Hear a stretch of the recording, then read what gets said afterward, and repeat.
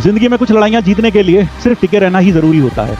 अच्छा बुरा जैसा भी चल रहा है बस लड़ते रहो, अंत में जीत तुम्हारी होगी। ध्यान रखना, कई लड़ाइयां जिंदगी में ऐसी होंगी जो आपको सिर्फ टिके रहना है, बस टिके रहो, मेहनत करते रहो, जस्ट लॉक थ्रू।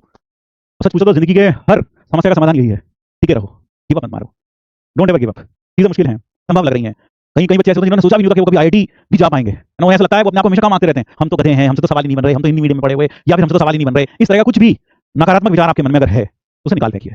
आप सब कुछ करने में सक्षम हैं, आप सब कुछ कर सकते हैं, बस जरूरत है इस नकारात्मकता को अपने मन से निकालने की और टिके रहने की और लगातार मेहनत करने की, बिना किसी निराशा के और बिना किसी आशा के।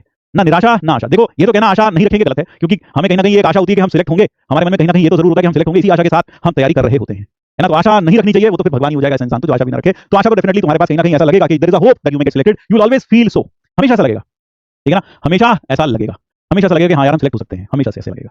तो यह कोई वनडे मैच नहीं है, टेस्ट क्रिकेट है जिसे अभी किसी ने लिखा, this is not a one day match, it is a test cricket. यहाँ पर बस क्रीज पर टिके रहो, वो सामने वाला बॉल फेंकता रहेगा, बस आउट नहीं होना तुमको, तुम एक अच्छा स्कोर डेफिनेटली क्रिएट कर ही हिस्ट्री लिखोगे, ठीक है ना। तो इसलिए कई लड़ाइयों में सिर्फ टिके रहना ही जरूरी होता है।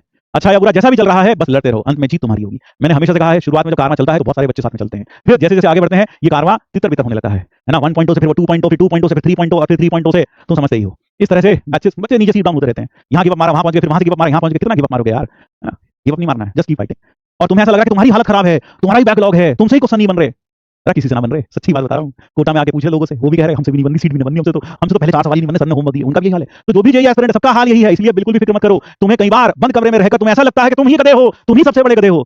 नहीं भाई, तुम अच्छे हो अगर तुम टिके हुए हो, अगर तुम मेहनत कर रहे हो, अगर तुम टिके हुए हो, तुम लाखों लोगों से आगे हो, क्योंकि अभी तक बहुत सारे लोग हार मान चुके हैं, कुछ गिव अप मार चुके हैं, कुछ बस इसी मन से कर रहे होंगे तैयारी कि चलो दे के देख लेते हैं कैसा आता है पेपर। तो इसलिए कभी भी अपने आप को कम मत आंके, ठीक है, कभी भी अपने आप को कम मत आंके। थैंक यू एवरीवन, बस इतना ही कहना है।